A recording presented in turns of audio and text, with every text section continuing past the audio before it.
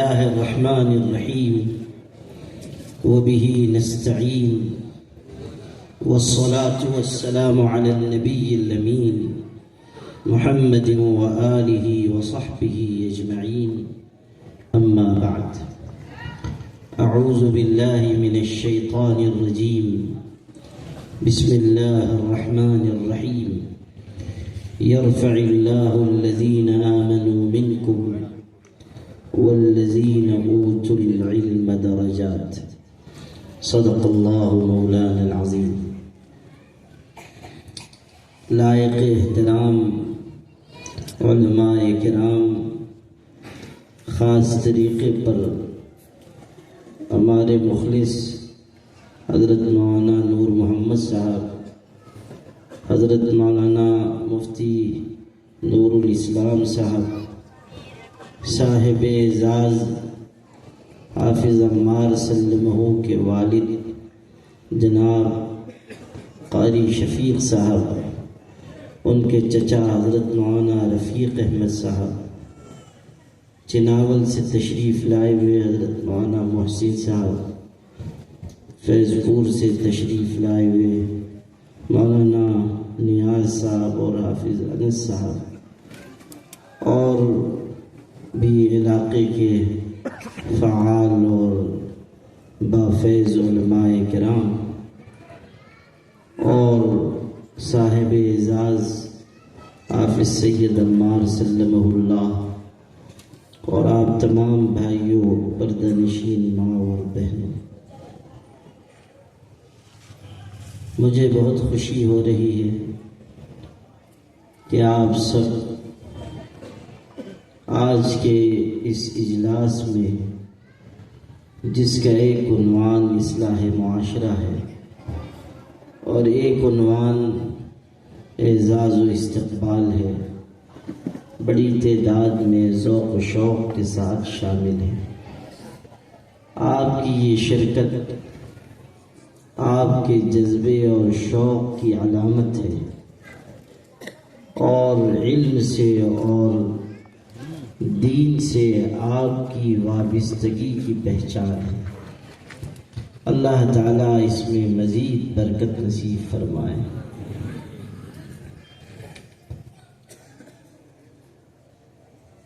قرآن مجید نے ہمیں یہ بتایا ہے کہ علم کی اور علم والوں کی قدر ہے، اور علم اور اہل علم کی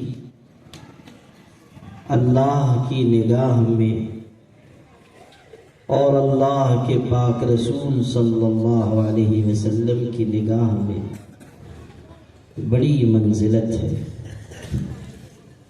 دین کا راستہ علم کے بغیر سمجھ میں نہیں آئے گا، اور جس طرح راستے پر سنگ میل ہوتے ہیں، یعنی نشان ہوتا ہے، پتھر لگے ہوتے ہیں، اور اس پر راستے کی رہنمائی ہوتی ہے، یا فاصلے اور مسافت کی معلومات ہوتی ہے، تو راستے پر جس طرح سنگ میل ہوتے ہیں جن سے راہ معلوم ہوتی ہے، راہ کی مسافت معلوم ہوتی ہے، اسی طرح علم والے ہیں جن کے ذریعے دین کے بارے میں بنیادی علم ہوتا ہے۔ اس لیے علم بھی قیمتی اور علم والے بھی قیمتی، اور علماء سے محبت ہمارے لیے باعث نجات۔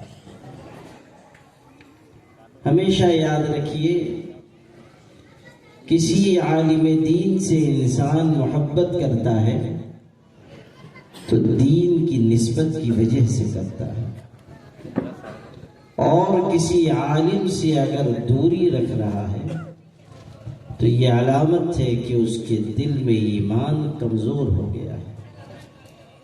آپ جو آئے ہیں ایک عالم دین کے اعزاز کے لیے، یہ آپ کے دین اور ایمان کی نشانی ہے۔ اور علماء سے محبت ہمارا قیمتی سرمایہ ہے۔ حضرت عبداللہ ابن عباس رضی اللہ عنہما صحابہ کرام میں بہت اونچے مقام تک پہنچے، حضور کے چچا کے بیٹے تھے، اور علم میں ان کا مقام بہت بلند، قرآن مجید کی تفسیر کا علم ان کے پاس سب سے زیادہ، اور یوں نہیں بڑی محنت کی تب اس مقام تک پہنچے۔ حالانکہ حضور صلی اللہ علیہ وسلم کے چچا کے بیٹے تھے، حسب نسب کے اعتبار سے بہت اونچے تھے، حضور سے قرابت قریبہ تھی، اور آپ صلی اللہ علیہ وسلم کی شفقتوں اور محبتوں کے امین تھے، لیکن علم حاصل کرنے کے لیے یہ طلب اور تڑپ اور مشقت جھیلی کہ عرب کی مکہ مدینہ منورہ کی سخت چلچلاتی دھوپ کے وقت کسی مسئلے کو جاننے کے لیے، قرآن پاک کی کسی آیت کا علم پانے کے لیے کسی بڑے صحابی کے دروازے پہ جا رہے ہیں، اور اس سخت دھوپ کے وقت عرب کی گرمی کیسی سخت ہوتی ہے، عین دوپہر کے وقت ان کے دروازے پہ چلے گئے، اور چونکہ دوپہر کا وقت ہے اس لیے ان کے آرام میں خلل نہ ہو، وہیں ٹھہر گئے، انتظار کرتے رہے۔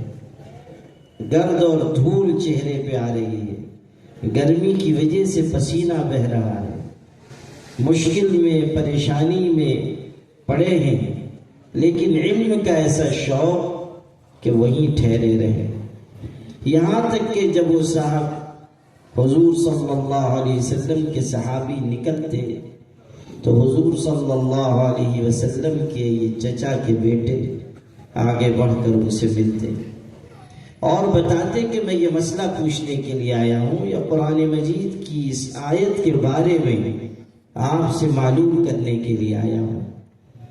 وہ کہتے کہ آپ نے اتنی تکلیف کیوں جھیلی، آپ مجھے بلا لیتے، یا کم از کم آپ آئے تھے تو دروازے پہ دستک دے لیتے، اتنی دیر آپ نے تکلیف کیوں جھیلی؟ وہ کہتے کہ علم ایسی چیز ہے جس کے لیے مشقت جھیلنی پڑتی ہے، اور اسی طرح انہوں نے علم حاصل کیا یہاں تک کہ زبردست عالم ہوئے، قرآن مجید کے سب سے بڑے مفسر بنے۔ جو سنانا تھا وہ واقعہ یہ ہے کہ حضرت زید بن ثابت رضی اللہ عنہ صحابہ میں علم کے لحاظ سے بہت اونچے درجے کے تھے۔ ایک دن وہ کسی جنازے میں شرکت کے لیے آئے، جنازے میں شریک ہوئے، اب جانے والے تھے، تو حضرت عبداللہ ابن عباس رضی اللہ عنہما جلدی سے آگے بڑھے اور ان کی سواری قریب لے آئے، اور اس زمانے میں جو گھوڑے پر بیٹھتے تھے اور رکاب میں پیر رکھ کر پھر سوار ہوتے تھے، تو حضرت عبداللہ ابن عباس نے آگے بڑھ کر رکاب کو تھاما تاکہ حضرت اطمینان سے پیر رکھ کر پھر بیٹھ جائیں، یعنی معمولی لوگوں کی طرح خدمت کر رہے ہیں۔ حضرت زید بن ثابت رضی اللہ عنہ جانتے تھے کہ یہ حضور کے چچا کے بیٹے ہیں، ان کا مقام بہت بلند ہے، تو جب انہوں نے اس طرح خدمت کی، حضرت زید بن ثابت رضی اللہ عنہ نے کہا آپ کو اس طرح نہیں کرنا چاہیے، آپ کی شان، آپ کا مقام بلند ہے۔ حضرت عبداللہ ابن عباس نے کہا ہمیں یہ حکم دیا گیا ہے کہ ہم علم والوں کے ساتھ ایسے ہی احترام کا معاملہ کریں، ہمیں یہ حکم ہوا ہے۔ حضرت زید بن ثابت رضی اللہ عنہ اتر گئے، سواری سے نیچے اترے اور انہوں نے حضرت عبداللہ ابن عباس کے ہاتھ کو چوما، بوسہ دیا اور کہا ہمیں بھی یہ حکم ہوا ہے کہ ہم حضور کے قرابت داروں کے ساتھ یہی ادب کا معاملہ کریں۔ ایک طرف ان کا احترام، دوسری طرف ان کی تعظیم۔ آپ اندازہ کیجئے کہ حضرت عبداللہ ابن عباس رضی اللہ عنہما علم دین کی نسبت کی وجہ سے حضرت زید ابن ثابت رضی اللہ عنہ کا احترام کر رہے ہیں، اکرام کر رہے ہیں۔ علم بہت بڑی چیز ہے، اور علم اتنا بلند ہے کہ بڑے بڑے بادشاہ بھی اس کی بلندی کے آگے جھک جاتے ہیں۔ بادشاہ ہارون الرشید کے 2 بیٹے تھے، ایک کا نام تھا مامون جو بعد میں بادشاہ ہوا، اور دوسرے کا نام تھا امین۔ ایک مامون الرشید، ایک امین الرشید، اور بادشاہ ہارون الرشید، یہ 2 بیٹے اس کے تھے، دونوں شہزادے۔ اور ہارون الرشید بہت بڑا بادشاہ تھا، اتنا بڑا کہ اس کی سلطنت میں سورج نہیں ڈوبتا تھا، بہت بڑا بادشاہ، اور علم بھی صاحب علم تھا۔ عام بادشاہوں کی طرح نہیں کہ بادشاہ ہیں اور کچھ عطا پتہ نہیں، نہ آگے پتہ نہ پیچھے پتہ۔ اور ایسے لوگ ہوئے ہیں، بہت سے بادشاہ ہمارے یہاں ہوئے ہیں، اور ان بیچاروں کا کیا ذکر کیجئے۔ ہم تو ایسے خوش نصیب ہیں کہ ایسے لوگوں کو بھی ہم نے اقتدار میں دیکھ لیا، جنہوں نے بیچاروں نے پہلے بی اے کیا، اس کے بعد میٹرک پاس کر لی۔ ایسے لوگوں کو بھی ہم لوگوں کی خوش نصیبی ہے کہ ہم لوگوں نے ایسے مہاگیانیوں کی زیارت کی ہے۔ تو اور بھی بہت نمونے ہیں ہمارے ہاں۔ آج کل جو لوگ ہیں ایک سے بڑھ کر ایک نمونہ، سبحان اللہ۔ اللہ تعالیٰ کسی کو نوازتا ہے، کہتے ہیں نا کہ اللہ جب دیتا ہے تو چھپر پھاڑ کے دیتا ہے، اور اللہ نے جاہلوں کی فوج دی، چھپر پھاڑ کر دی، اور تھوک کے حساب سے ہول سیل میں ہم کو نوازا گیا ہے۔ جس ٹائپ کا نمونہ دیکھنا ہو آپ کو مل جائے گا، چھوٹے سائز کا، بڑے سائز کا، مجلے سائز کا، ایک سے بڑھ کر ایک جاہل، اور بڑی بڑی کرسیوں پہ ماشاءاللہ بیٹھے ہوئے۔ کوئی بات پوچھئے تو دائیں دیکھتے ہیں، بائیں دیکھتے ہیں، پتہ ہی نہیں کہ کیا بیچارے جواب دیں، اور کبھی تو جواب دے دیتے ہیں۔ اور مشکل تو یہ بھی ہے کہ ان کے ہاں سجدے 100 کا آپشن بھی نہیں ہے، تو یہی ہو جاتا کہ سجدے 100 کم سے کم کر لیتے، تو ایسا بھی چل رہا ہے۔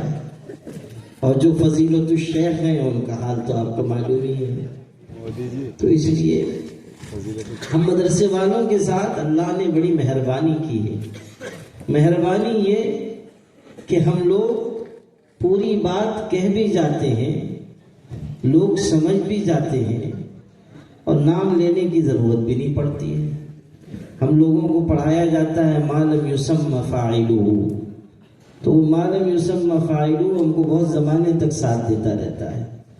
اور ہم کو یہ بھی پڑھایا جاتا ہے کہ کنایہ جو ہے وہ صراحت سے زیادہ بلیغ ہوتا ہے، تو اشارے کنائے میں ہم وہ کہہ جائیں گے کہ لوگ سمجھ ہی نہ پائے۔ میں نے جنتر منتر پہ تقریر کی، اور وہ تقریر ملک میں عام ہوئی، مسلمانوں کو بیچاروں کو ذرا حوصلہ ہوا، تو کچھ لوگوں نے مجھ سے کہا کہ آپ نے بہت سخت تقریر کی ہے، اور آپ پر قانونی کارروائی ہو سکتی ہے۔ تو میں نے کہا کہ قانونی کارروائی تو کسی وقت ہو سکتی ہے، اور ایسا نہیں ہے کہ ہم نہیں جانتے ہیں کہ خطرات اور اندیشے کیا کیا ہیں، لیکن جس تقریر کا آپ حوالہ دے رہے ہیں اس تقریر پر کوئی قانونی کارروائی نہیں ہو سکتی ہے۔ وجہ اس کی یہ ہے کہ میں مدرسے والا ہوں، میں نے جو کہا ہے وہ انہی کے اقوال و ارشادات و ملفوظات عالیہ کی روشنی میں کہا ہے۔ میں نے اپنی طرف سے کوئی بات نہیں کہی، ان کی بات دہرا کے انہی پہ چپکا دی ہے، تو اس لیے وہ مجھ پر کوئی کارروائی کر ہی نہیں سکتے ہیں اس تقریر کی بنیاد پر، اس لیے کہ جو میں نے کہا ہے وہ ان کی بات کا جواب دیا ہے۔ اگر میں نے کسی کو انگریز کہا ہے تو میں نے نہیں کہا ہے، آپ ہی نے ابتدا کی کہ ہم جلیانوالہ باغ بنا دیں گے، تو آپ خود انگریز بننا چاہتے تھے، میں نے صرف آپ کو سند عطا کی ہے کہ آپ ضرور بن جائیں گے، اور یہ بھی بتا دیا ہے کہ آپ کا انجام وہی ہوگا جو انگریزوں کا ہوگا۔ تو ہم لوگ مدرسے والے ایسے ہیں کہ اللہ کے کرم سے مار ایسی جگہ مارتے ہیں کہ نہ آدمی سہلا سکے نہ دکھا سکے کہ کہاں مار پڑی ہے، تو یہ ہے۔ تو اللہ کی مہربانی سے بات بھی ہم کہہ لیتے ہیں، پہنچ بھی جاتی ہے اور لوگ سمجھ بھی جاتے ہیں، اور یہ ضرورت بھی نہیں پڑتی کہ ہم کسی کا نام لیں۔ خیر، جو ابھی میں آپ سے عرض کر رہا تھا وہ یہ کہ ہارون الرشید بہت بڑا بادشاہ تھا اور بہت ذی علم تھا۔ ایک دلچسپ بات اس کی یاد آ گئی، وہ سنا دیتا ہوں۔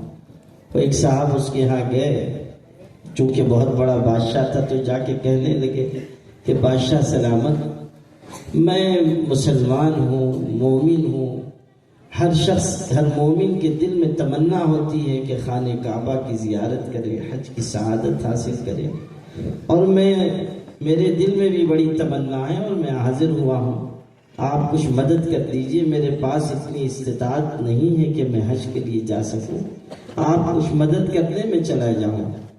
تو چونکہ وہ عالم بھی تھا تو کہنے لگا کہ اللہ کے بندے، قرآن مجید میں یہ بات آئی ہے کہ من استطاع الیہ سبیلا، حج اس پر لازم ہے، فرض ہے جس کو استطاعت ہو، تم کو استطاعت نہیں تو تم پر حج فرض نہیں۔ تو وہ بڑا ذہین حاضر جواب تھا، اس نے فوراً کہا کہ بادشاہ سلامت، میں آپ سے مدد لینے کے لیے آیا ہوں، فتویٰ پوچھنے کے لیے نہیں آیا ہوں، آپ مدد فرمائیے، فتویٰ مت دیجیے کہ استطاعت نہیں ہے تو حج واجب نہیں ہے۔ خیر، ہارون الرشید نے اپنے شہزادوں کے لیے تعلیم کا بہترین انتظام کیا، اور ایک بڑے عالم پڑھانے کے لیے آتے تھے۔ جو بات سنانی تھی وہ یہ ہے، ایک دن ہارون الرشید اس طرف نکل گئے جدھر بچے پڑھتے تھے ان کے، جہاں درسگاہ لگتی تھی، اور وہ عالم آ کر پڑھاتے تھے۔ ہارون الرشید دیکھنے کے لیے چلے گئے، اور ایسے وقت پہنچے کہ درس ہو چکا تھا اور استاذ اٹھ رہے تھے، اور یہ دونوں شہزادے، بادشاہ کے دونوں بیٹے، ان اپنے استاذ کے جوتے اٹھانے کے لیے آپس میں تکرار کر رہے تھے۔ وہ کہتا تھا میں اٹھاؤں گا، یہ کہتا تھا میں اٹھاؤں گا، اور جب بات زیادہ بڑھی تو ایک نے ایک جوتا اٹھایا، دوسرے نے دوسرا جوتا اٹھایا اور لا کر استاذ کے سامنے رکھا، اور بادشاہ دور سے دیکھ رہے تھے، اور پھر وہ قریب آ گئے۔ اب وہ جو استاذ تھے وہ بھی آ گئے، تو بادشاہ نے، ہارون الرشید نے ان عالم سے پوچھا کہ آپ مجھ کو بتائیں گے کہ اس وقت دنیا میں سب سے زیادہ معزز کون ہے، سب سے زیادہ عزت دار کون ہے؟ ان عالم نے کہا کہ آپ مسلمانوں کے خلیفہ ہیں، مسلمانوں کے سربراہ ہیں، آپ سے زیادہ عزت والا اور کون ہوگا؟ اس وقت روئے زمین پر آپ سب سے زیادہ عزت والے ہیں۔ ہارون الرشید نے کہا کہ نہیں، میں نہیں، آپ ہیں، آپ ہیں، اس لیے کہ آپ کی جوتیاں اٹھانے کے لیے دو شہزادے آپس میں تکرار کر رہے ہیں، شہزادے لڑ رہے ہیں کہ آپ کی جوتی اٹھائیں، تو مجھ سے زیادہ عزت اللہ نے آپ کو عطا کی ہے۔ اندازہ کیجئے علم والوں کو اللہ کیسی عزت عطا فرماتا ہے۔ علم انسان حاصل کرتا ہے، اسے وہ عزت ملتی ہے جو دل سے کی جاتی ہے، ورنہ آپ دیکھیں گے فلاں وزیر آ رہے ہیں، لوگ کھڑے کر دیے گئے اور وہ ان زندہ باد بھی کہہ رہے ہیں، استقبال بھی کر رہے ہیں، لیکن وہ لوگ جو ہوتے ہیں وہ عام طریقے پر دل سے استقبال نہیں کرتے۔ کتنے تو ایسے ہوتے ہیں مجبوری میں لائے گئے کہ ادھر سے پھول پھینک رہے ہیں، ادھر سے دل میں کہہ رہے ہیں کمبخت مرتا بھی نہیں ہے، ہم کو خام خواہ دھوپ میں کھڑا ہونا پڑ رہا ہے، مشکل میں مبتلا ہونا پڑ رہا ہے۔ اب دیکھیے یہاں جگہ ملی نہیں، یہ سب اس پہ چڑھ گئے ہیں، لیکن شوق میں چڑھے ہیں، یہ لوگ مجبوری میں نہیں۔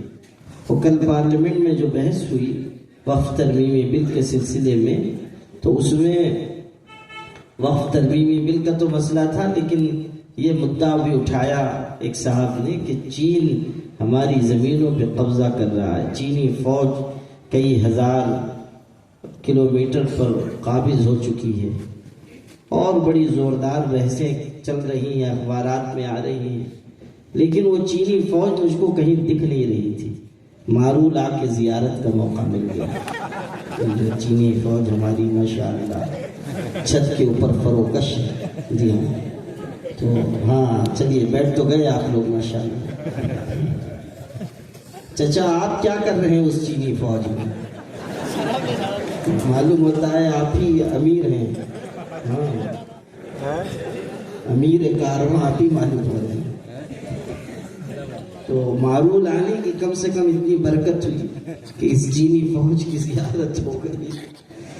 یہ لوگ جو بیچارے چڑھے ہوئے ہیں، ادھر کھڑے ہوئے ہیں، ادھر بیٹھے ہوئے ہیں، دواخانے پہ قبضہ کیے ہوئے ہیں، ہم لوگ سب وقت پہ سے جو ہے اتی کرمن انکروچمنٹ ہٹانے کے لیے کوشش کر رہے ہیں، یہاں دونوں دواخانے پہ قبضہ ہو گیا ہے، تو اس کو بھی خالی کرانا پڑے گا۔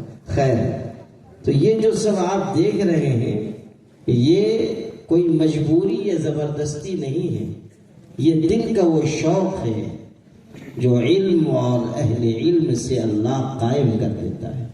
لیکن جو دنیا دار ہیں، جو منصب دار ہیں، ان کا استقبال لوگ دل سے نہیں کرتے۔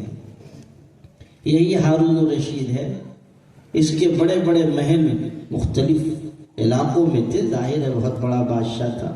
ایک علاقے میں پہنچا، اس کا بھی اس کی ملکہ کا بھی زبردست استقبال ہوا۔ ملکہ اس کی زبیدہ تھی، نیک خاتون تھی، بڑی بھلی خاتون تھی۔ چونکہ ہماری بہنیں بھی ہیں اس لیے ان کی ایک بات سنا دیتا ہوں۔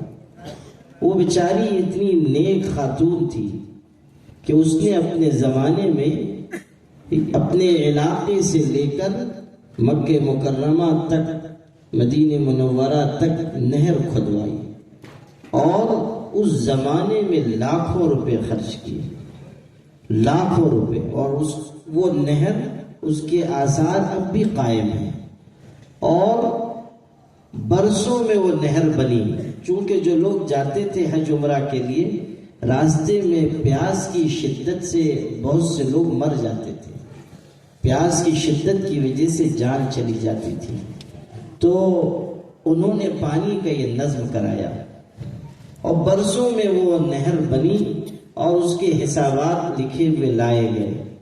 تو جو لوگ ذمہ دار بنائے گئے تھے وہ بڑے بڑے دفتر لے کر آئے حساب کے، کہ دکھا دیا جائے کہ اتنی رقم خرچ ہوئی۔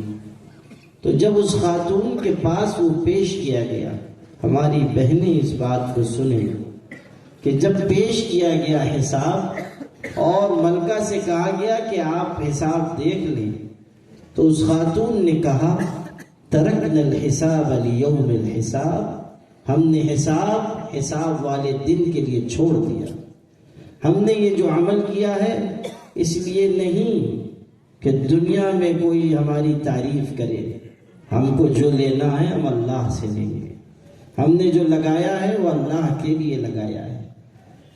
آپ اندازہ کیجئے سخاوت کیسی تھی، جذبہ کیسا تھا، اللہ کی راہ میں خرچ کرنے کا شوق کیسا تھا، اور اس ایک خاتون کا کارنامہ سینکڑوں برس تک زندہ رہا اور تازہ رہا، اور آج بھی اس نہر سے فائدہ لوگ نہیں اٹھا رہے ہیں، لیکن اس کے آثار باقی ہیں، اور آثار باقی ہو یا نہ باقی ہو، ان کی نیکی اللہ کے ہاں محفوظ کر دی گئی ہے۔ اور ان کی نیک نامی قیامت تک کے لیے اللہ تعالیٰ نے مقرر اور مقدر فرما دی ہے۔ نیکیاں انسان کو زندہ کرتی ہیں، موت کے بعد بھی زندگی عطا کرتی ہیں۔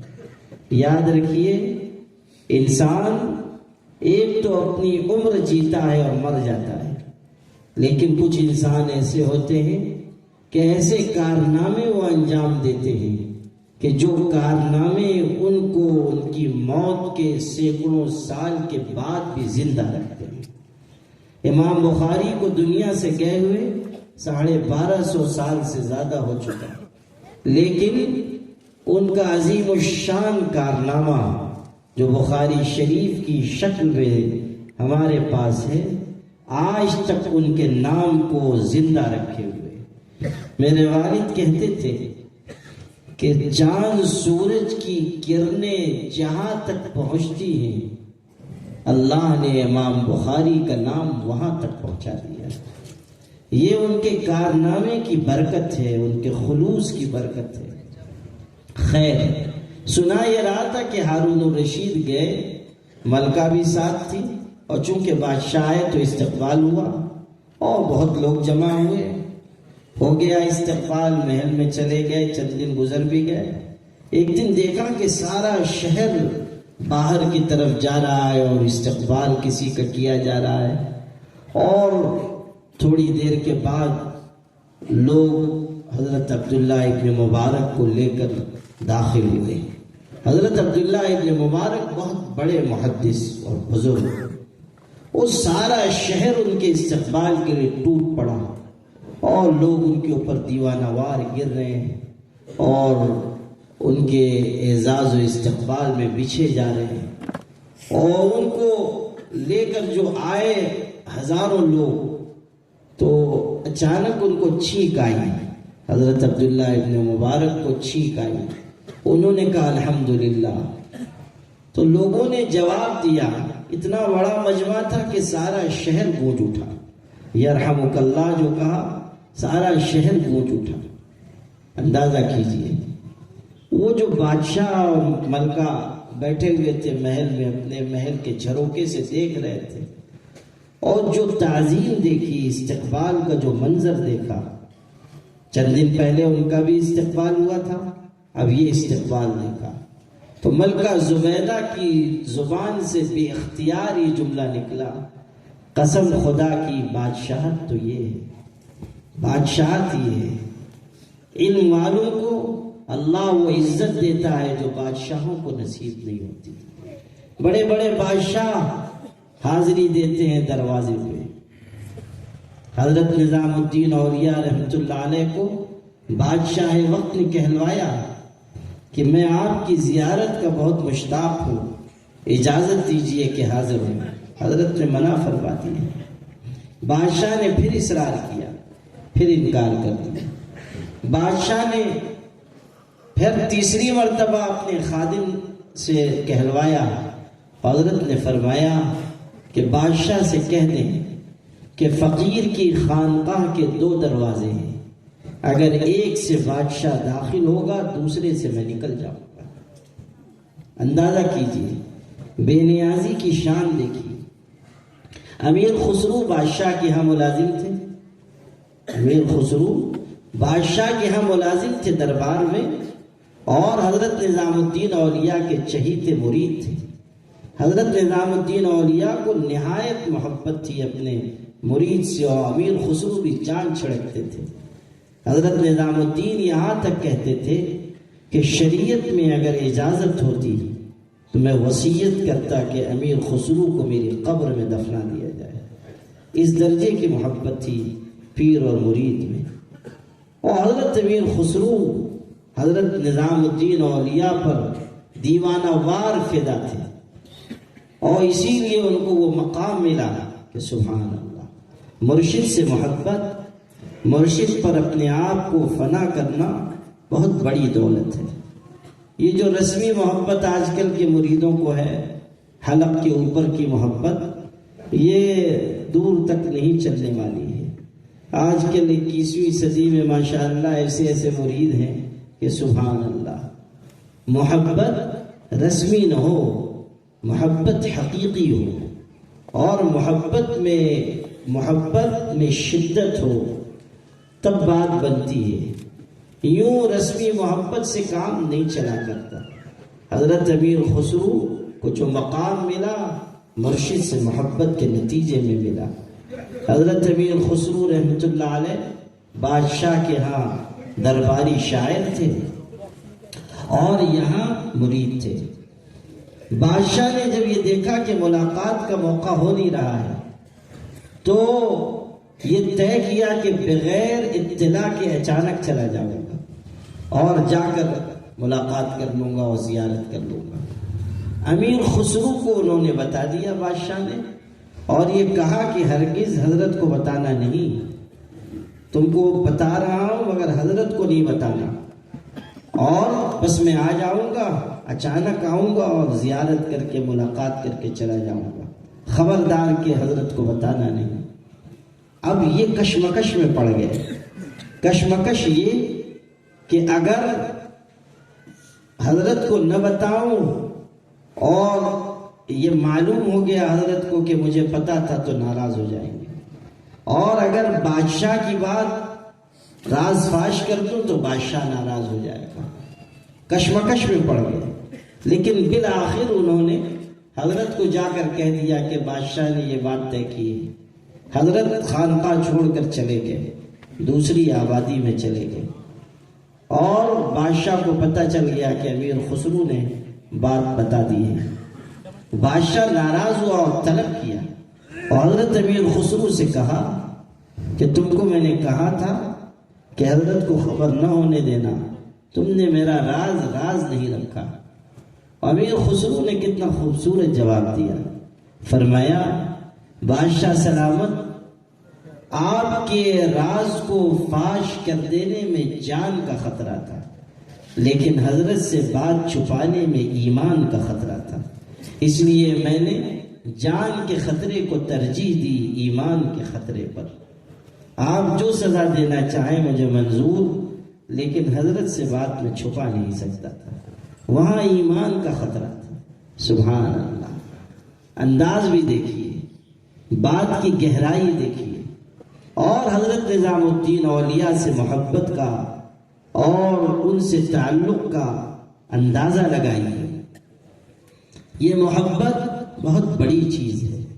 اپنے مرشد سے محبت لے جاتی ہے اللہ کے پاک رسول صلی اللہ علیہ وسلم کی محبت تک، اور پھر وہ محبت پہنچاتی ہے اللہ کی محبت تک۔ حضرت سلطان باہو رحمۃ اللہ علیہ کا ایک ارشاد ہے، تھوڑا مشکل ہے لیکن ماشاءاللہ مارول میں شاعر حضرات بھی ہیں، زبان سمجھنے والے بھی ہیں، اور یہاں بہت علماء ہیں، وہ تو خیر سمجھ ہی لیں گے۔ حضرت سلطان باہو رحمۃ اللہ علیہ بہت بڑے ولی کامل گزرے۔ وہ ایک بات کہتے تھے کہ راہ سلوک پر چلنے والے دو طرح کے ہیں، راہ سلوک پر چلنے والے دو طرح کے ہیں، ایک سالک دوسرے عاشق، ایک سالک دوسرے عاشق۔ سالک صاحب ریاضت و مجاہدہ ہوتا ہے، اور عاشق صاحب راز و مشاہدہ ہوتا ہے۔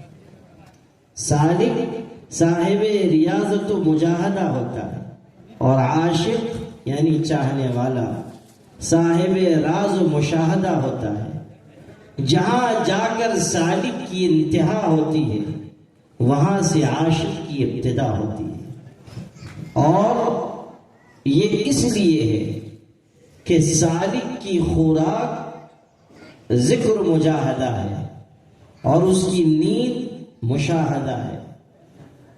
عاشق کی خوراک ذکر مجاہدہ ہے اور اس کی نیند مشاہدہ ہے۔ یہ فرق سمجھنے کی ضرورت ہے کہ سالک صاحب ریاضت و مجاہدہ ہے اور عاشق صاحب راز و مشاہدہ ہے۔ جو چاہنے والا ہے راز اسی پر کھولے جاتے ہیں، خاص محبت اسی کو دی جاتی ہے، محبت کے لیے کچھ خاص دل مخصوص ہوتے ہیں، یہ وہ نغمہ ہے جو ہر ساز پہ چھیڑا نہیں جاتا۔ تو میرے بھائی، سنا یہ رہا تھا کہ حضرت نظام الدین اولیاء سے ملنے کے لیے بادشاہ بیچے۔ ہمارے سلسلے نقشبندیہ کے بہت بڑے بزرگ تھے، حضرت مرزا مظہر جانے جانا۔ بادشاہ آ گیا دوپہر کے وقت ملاقات کے لیے، حضرت قیلولہ فرما رہے تھے، خادم نے روکا۔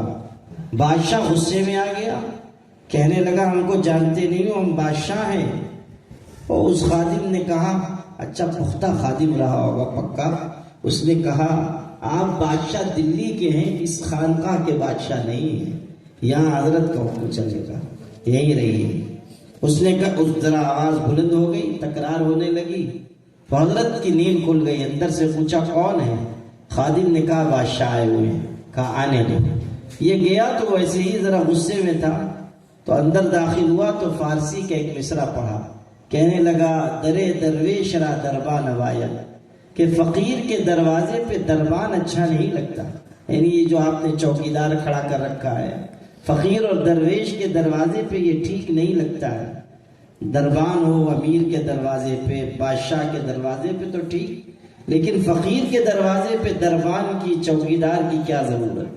تو حضرت بھی بڑے حاضر جواب تھے اور شاعر بھی تھے، فوراً ارشاد فرمایا، دوسرا مصرع کہا، بے بایت تا سگے دنیا نیایت، کہ فقیر کے دروازے پر بھی چوکیدار ہونا چاہیے تاکہ تم جیسے دنیا کے کتے منہ اٹھا کے اندر نہ آ جائیں۔ بے بایت تا سگے دنیا نیایت، حاضر جوابی دیکھیے اور اظہار حق کی قوت دیکھیے۔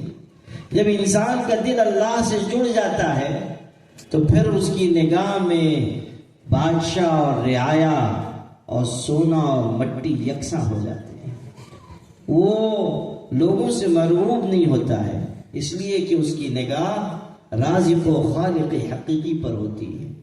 تو میرے بھائی، علم والوں سے محبت، دین والوں سے محبت بہت بڑی نعمت ہے۔ ہمارے عزیزی حافظ سید عمار سلمہ اللہ یہاں بھی پڑھتے رہے، پھر جامعہ اشاعت العلوم عقل کنواں میں بھی پڑھا، پھر کچھ وقت میرے پاس رہے، پھر اللہ نے ان کے لیے مقدر فرمایا تو جامعہ ازہر بھی گئے، مصر سے پڑھائی کی، اور پھر مدینہ منورہ گئے، وہاں علم حاصل کیا۔ اللہ تعالی جس کے حصے میں جتنا علم لکھ دیتا ہے اس کے لیے اسباب خود پیدا فرما دیتا ہے، اور جہاں جہاں جانا ہے اللہ تعالیٰ وہاں وہاں اس کے پہنچنے کے لیے راہ ہموار کر دیتا ہے۔ اب آپ کے اس گاؤں کا ایک طالب علم جامعہ ازہر جائے، مدینہ منورہ جائے، تعلیم پائے، یہ آپ کے لیے، آپ کی بستی کے لیے بہت بڑے اعزاز کی بات ہے۔ اور صرف یہ نہیں کہ چلے گئے اور پڑھ کے چلے آئے، بہت سے لوگ جاتے ہیں وقت گزار کے آ جاتے ہیں۔ جو مدرسوں میں پڑھتے ہیں کچھ ایسے ہوتے ہیں جو پڑھتے ہیں، کچھ ایسے ہوتے ہیں جو وقت گزاری کرتے ہیں، لیکن ہمارے عزیزم سلمہ خود ذہین و ذکی ہیں، پڑھنے کے شوقین ہیں، اور انہوں نے مصر میں بھی رہ کر اور مدینہ طیبہ میں بھی رہ کر وقت کا صحیح مصرف لیا۔ اللہ کی مہربانی ہے کہ انہوں نے اپنے دامن کو علم کے موتیوں سے، علم کے قیمتی موتیوں سے لبریز کیا، اور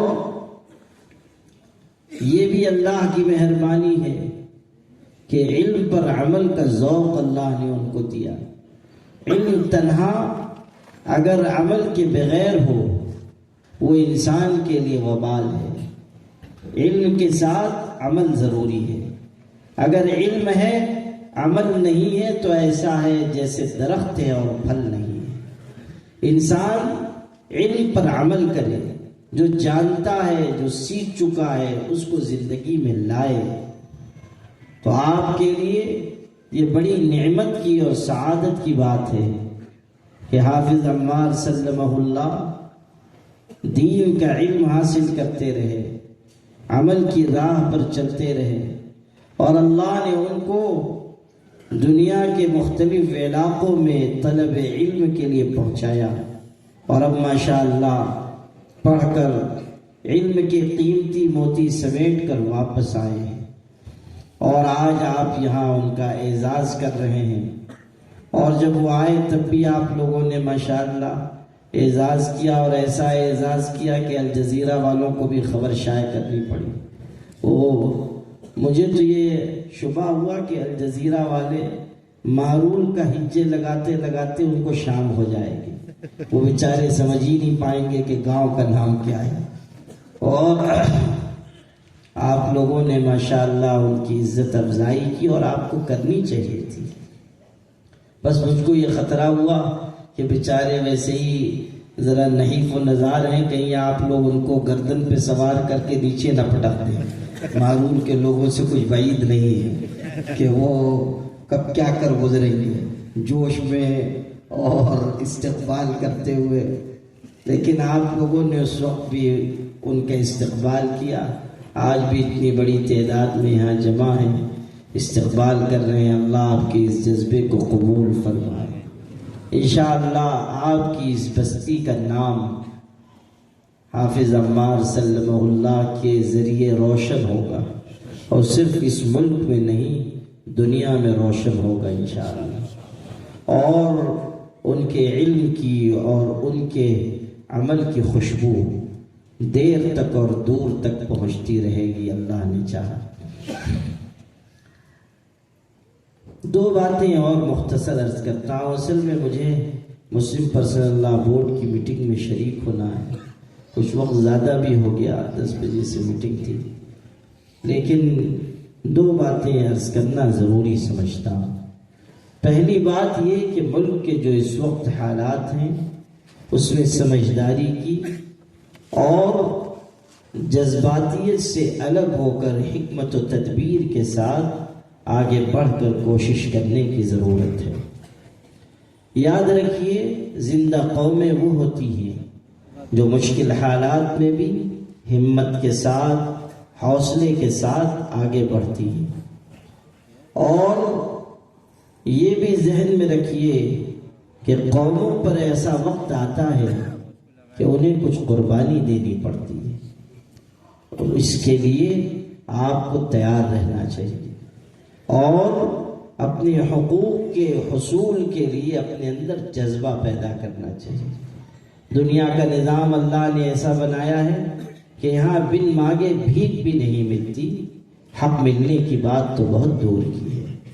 اگر آپ حق لینا چاہتے ہیں تو آپ کو اپنی کلائی میں مضبوطی لانی پڑے گی اور اپنی آواز بلند رکھنی ہوگی۔ دوسری بات، ہمیشہ یاد رکھیے گا کہ ہمیں ہمارے حریف اور دشمن وہ نقصان نہیں پہنچا سکتے جو ہمارا آپس کا اختلاف اور انتشار ہمیں نقصان پہنچاتا ہے۔ ہماری آپس کی دوری، ہمارے آپس کے فاصلے، ہماری ایک دوسرے سے عداوت اور دشمنی، یہ ایسی چیز ہے جو اندر سے ہمیں کھوکھلا کرتی ہے۔ جس طرح گھن لکڑی کو اندر سے کھا کر ختم کر دیتا ہے، اسی طرح آپس کی دشمنی، حسد اور بغض انسانی معاشرے کو اندر سے کھا کر ختم کر دیتے ہیں۔ آپ کی یہ بستی ماشاءاللہ اس لحاظ سے ممتاز رہی ہے کہ یہاں لوگ مل جل کر رہتے رہے، لیکن پتہ نہیں کس کی نظر لگ گئی کہ آپ کے کچھ لوگ سیاسی بنیادوں پر، سماجی بنیادوں پر، اس پارٹی اور اس پارٹی سے جڑے ہونے کی بنیاد پر آپس میں لڑ رہے ہیں۔ میرے بھائی، سیاسی لوگ ہمیشہ دوسروں کے توے پہ اپنے مفادات کی روٹی سیکا کرتے ہیں۔ آپ کیوں اس چولہے کا ایندھن بن رہے ہیں؟ آپ کیوں اس آگ میں اپنے آپ کو جلا رہے ہیں؟ مسلمان اور ایک دوسرے سے نفرت کرے یہ ایمان کی علامت نہیں ہے۔ مسلمان اور ایک دوسرے سے حسد رکھے یہ نہیں ہو سکتا۔ اگر آپ کے اندر حسد ہوگا ایمان آپ کے دل سے نکلتا جائے گا۔ یہ میں نہیں کہہ رہا ہوں، یہ ہمارے آقا حضرت محمد صلی اللہ علیہ وسلم نے فرمایا ایک دل میں دو چیزیں جمع نہیں ہو سکتی ہیں، ایمان اور حسد۔ اگر حسد آئے گا ایمان کو کمزور کر دے گا، اور اگر ایمان ہے یقین پختہ ہے حسد کو مار ڈالے گا، دل سے باہر نکال دے گا۔ آپ پڑھے لکھے لوگ ہیں، سمجھدار لوگ ہیں، چھوٹی چھوٹی باتوں پر جھگڑا کرنا، ایک دوسرے کو ذلیل کرنے کی کوشش کرنا، ایک دوسرے کی غیبت کرنا، کسی کی عزت سے کھلواڑ کرنا اچھا نہیں ہے۔ ملک کے حالات آپ کو جگا رہے ہیں، اب بھی اگر آپ نہ جاگے اچھا نہیں ہے۔ میں بہت دل کے درد سے آپ سے کہہ رہا ہوں، جس کا جس سے جھگڑا ہے خدا کے لیے ختم کر لیجیے، اللہ کے لیے معاف کر دیجیے۔ اگر آپ پر ظلم بھی ہوا ہے معاف کر دیجیے، اگر آپ کا حق غصب ہوا ہے چھوڑ دیجیے، اللہ آپ کو اور عطا کرے گا۔ قرآن مجید میں آیا ہے الا تحبون ان یغفر اللہ لکم، کیا نہیں چاہتے کہ اللہ تم کو معاف کر دے؟ اگر تم چاہتے ہو کہ اللہ تم کو معاف کر دے تو تم بھی دوسروں کو معاف کرنا سیکھو، معاف کرنے کی عادت ڈالو۔ یہ آیت حضرت ابو بکر کے بارے میں اتری، وہ کچھ لوگوں کو کچھ دیا کرتے تھے اور ان میں سے ایک صاحب حضرت عائشہ پر تہمت لگانے والوں میں نادانی کی وجہ سے شامل ہو گئے۔ حضرت ابو بکر رضی اللہ عنہ کو بہت ناراضگی ہوئی۔ جب آیتیں آئیں کہ حضرت عائشہ پاک دامن ہیں تو انہوں نے قسم کھائی، یعنی حضرت ابو بکر نے قسم کھائی کہ میں مصطح ابن اساسہ کو، یہ وہ شخص تھے جو حضرت ابو بکر کے رشتہ دار بھی تھے، ان کے زیر احسان بھی تھے۔ حضرت ابو بکر نے کہا اب میں ان کو کبھی کچھ نہیں دوں گا۔ اس پر قرآن کی یہ آیت آئی اور کہا گیا ایسی قسم نہیں کھانی چاہیے۔ الا تحبون ان یغفر اللہ لکم، کیا تم نہیں چاہتے ہو کہ اللہ تم کو معاف کر دے؟ اگر تم چاہتے ہو تو تم بھی معاف کرو۔ حضرت ابو بکر نے جیسے ہی آیت سنی، کیسا ایمان تھا، ارشاد فرمایا پہلے جتنا دیتا تھا آج سے اس سے دگنا دیا کرو، دگنا دوں گا۔ اندازہ کیجئے کیسا ایمان ہے، کیسی سمع و طاعت ہے۔ آپ سے بھی کہہ رہا ہوں کہ آپ ایک دوسرے سے مل جائیے، مت لڑیے، مت بغض و حسد رکھیے، مت ایک دوسرے کو نیچا دکھانے کی کوشش کیجیے۔ کونوا عباد اللہ اخوانا، اللہ کے بندے اور آپس میں بھائی بھائی بن کر زندگی گزاریے۔ آج کے حالات ہمیں بیدار کرنے کے لیے دل کے دروازے پہ دستک دے رہے ہیں کہ او مسلمانوں، آپس کے انتشار سے بچو، اپنی قوت کو مجتمع رکھو، ایک مضبوط جماعت بن کر رہو، سیسا پلائی ہوئی دیوار کی طرح رہو، کأنہم بنیان مرصوص، سیسا پلائی ہوئی دیوار کی طرح رہو۔ ذات پات برادری کے جھگڑے نہ برپا کرو، سیاسی بنیادوں پہ جھگڑے نہ کرو۔ یہ نہیں کہ ہم اس پارٹی کے، ہم اس پارٹی کے، ہم اس ذات کے، ہم اس برادری کے۔ حضور کے صحابہ میں دو طرح کے لوگ تھے، انصار تھے، مہاجرین تھے، مکے سے ہجرت کر کے آنے والے، مدینہ میں رہنے والے۔ ایک موقع پر ایسا ہوا کہ کچھ معاملہ ہو گیا، مہاجر صحابی نے کہا یا علی المہاجرین، اے مہاجروں میری مدد کے لیے آؤ۔ سامنے جو تھے انصاری تھے، انہوں نے کہا یا علی الانصار، اے انصاریوں میری مدد کے لیے آؤ۔ اور قریب تھا کہ جھگڑا بڑھ جائے۔ حضور کو خبر ہوئی، آپ بہت تیزی میں چادر گھسیٹتے ہوئے تشریف لائے اجلت میں، اور آپ نے فرمایا دعوها فإنها منتنہ، کہ یہ دعوے چھوڑ دو، یہ جاہلیت کے بدبودار دعوے ہیں، یہ پکار جاہلیت کی بدبودار پکار ہے۔ خاندانوں کی بنیاد پر، ذات برادری کی بنیاد پر، اپنی جماعتوں اور پارٹیز کی بنیاد پر اس طرح نہ کرو کہ آپس میں دل پھٹ جائے، اس طرح نہ کرو کہ لوگ ایک دوسرے سے دور ہو جائیں۔ میں آپ سے بہت درد سے کہہ رہا ہوں کہ اللہ کے لیے اس بستی کے حسن کو، یہاں کی یکجہتی کو، یہاں کے اتحاد کو پارا پارا مت کیجیے۔ اپنے آپ کو نرم بنائیے، بااخلاق بنائیے، میٹھے بول والا بنائیے، اللہ کی مرضی پہ راضی رہنے والا بنائیے، اور عفو درگزر، تحمل اپنے اندر پیدا کیجیے۔ سب ارادہ کرتے ہیں کہ انشاءاللہ کریں گے۔ اللہ تعالیٰ آپ لوگوں کو جزائے خیر عطا فرمائے۔ میرا تو دل چاہتا تھا کہ ابھی میں اور تقریر کروں، لیکن چونکہ وہ پوری ملت کا مسئلہ ہے اور اس میں شرکت بہت ضروری ہے، وہ کچھ وقت تاخیر بھی ہو گئی ہے، اس لیے آپ حضرات سے میں اجازت چاہتا ہوں، لیکن جلسہ ختم نہیں ہوگا، یہ مت سمجھیے کہ چھٹی ہو گئی۔ ابھی مولانا عمار صاحب بھی تقریر کریں گے انشاءاللہ، اور اسی لیے میں چلا جا رہا ہوں کہ وہ اچھی طرح تقریر کریں، اور مولانا نور محمد صاحب ہیں، اور مولانا نور الاسلام صاحب ہیں، اور دیگر علماء یہاں تشریف رکھتے ہیں۔ مولانا عبد الماجد صاحب بھی تشریف لائے مساول سے، اور بہت سارے علماء۔ اللہ تعالیٰ سب کے آنے کو بے انتہا قبول فرمائے، سب کی عمر میں برکت عطا فرمائے۔ آپ لوگ اسی سکون و وقار سے بیٹھے رہیں گے، صرف مجھ کو اجازت دے دیجیے، اور یہاں بھی انشاءاللہ مختصر بہت لمبی تقریریں نہیں ہوں گی۔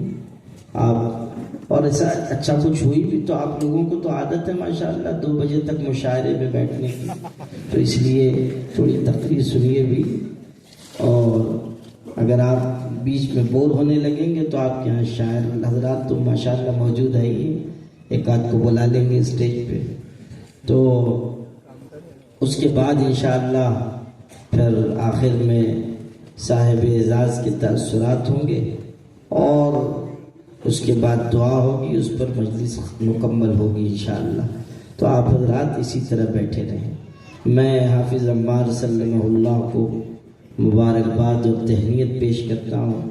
ان کے والد جو ماشاءاللہ خود بڑے خلیق اور صاحب عمل اور صاحب ذوق ہیں، اور عمار میاں کی سعادت اور ان کی تربیت میں ان کا حصہ ہے۔ جناب قاری شفیق صاحب ماشاءاللہ مزاجن بھی بہت ہی سلیم و فہیم ہیں، اور یہ اللہ کی بہت بڑی نعمت ہے۔ وہ برسوں سے تدریسی خدمت انجام دے رہے ہیں۔ اللہ تعالیٰ ان کی عمر میں برکت عطا فرمائے، ان کو بھی، عمار میاں کی والدہ کو، ان کے گھر کے سب افراد کو، ان کے دونوں چچا حضرت مولانا رفیق صاحب، حضرت مولانا مفتی نور الاسلام صاحب، اور جتنے ان کے رشتہ دار اقارب ہیں اور اعزاء ہیں، ان سب کو، اور مارول میں تو ماشاءاللہ کہیں نہ کہیں سے آپس میں کچھ رشتہ داری نکل ہی آتی ہے، تو آپ سب کو مبارکباد دیتا ہوں کہ آپ کی بستی کا یہ عزیز ماشاءاللہ صاحب علم اور صاحب عمل بن گیا۔ اللہ تعالیٰ اپنے فضل سے، اپنی رحمت سے، نظر بد سے ان کی حفاظت فرمائے، اور ہم سب کو اللہ اپنے دین کی مخلصانہ خدمت کے لیے قبول فرمائے۔ تو آپ حضرات اسی طرح بیٹھے رہیں، اور چینی فوج آپ لوگ بھی بیٹھے رہیں، آپ لوگوں کی چھٹی ہے نہیں، اطمینان سے بیٹھیے۔ اور نہیں مسافہ تو کچھ مسافہ آج ہمیشہ مسافہ فری ہے۔ آج اگر کوئی کیا، کسی نے مسافہ کیا تو آج بریلوی مسافہ ہوگا، یعنی مسافہ باللفافہ، اس کے بغیر مسافہ نہیں ہوگا، اس لیے خطرے سے خالی نہیں، بیٹھے رہیے۔ ہم لوگ تو خام خواہ دیوبندی لوگ جو آ رہا ہے مسافہ کر رہے ہیں، ہم کو کچھ ان سے عبرت نصیحت حاصل کرنی چاہیے، اور کچھ ان سے سبق حاصل کرنا چاہیے۔ جی ہم لوگوں کا تو حال یہ ہے. میں ایک جگہ گیا, بہت سے علماء ملنے کے لیے آئے, تو کچھ اسی طرح کی بات ہو رہی تھی. تو میں نے کہا کہ میرے بھائی, میں تو یہ کہتا ہوں کہ جس کو کوئی بددعا دینی ہو, زبردست بددعا دینی ہو, اس کو کہنا چاہیے اللہ تعالیٰ اس کو دیوبندی پیر بنا دے. یہ عظیم الشان بددعا ہے. تو آپ لوگ بیٹھے رہیے, اور انشاءاللہ ابھی فوراً تقریروں کا سلسلہ ہوگا, اور مختصر 5-7 منٹ میں حضرات علماء اظہار خیال فرمائیں گے اور کچھ نصیحت کریں گے. تو آپ لوگ اطمینان سے بیٹھے رہیے. بہت بہت شکریہ.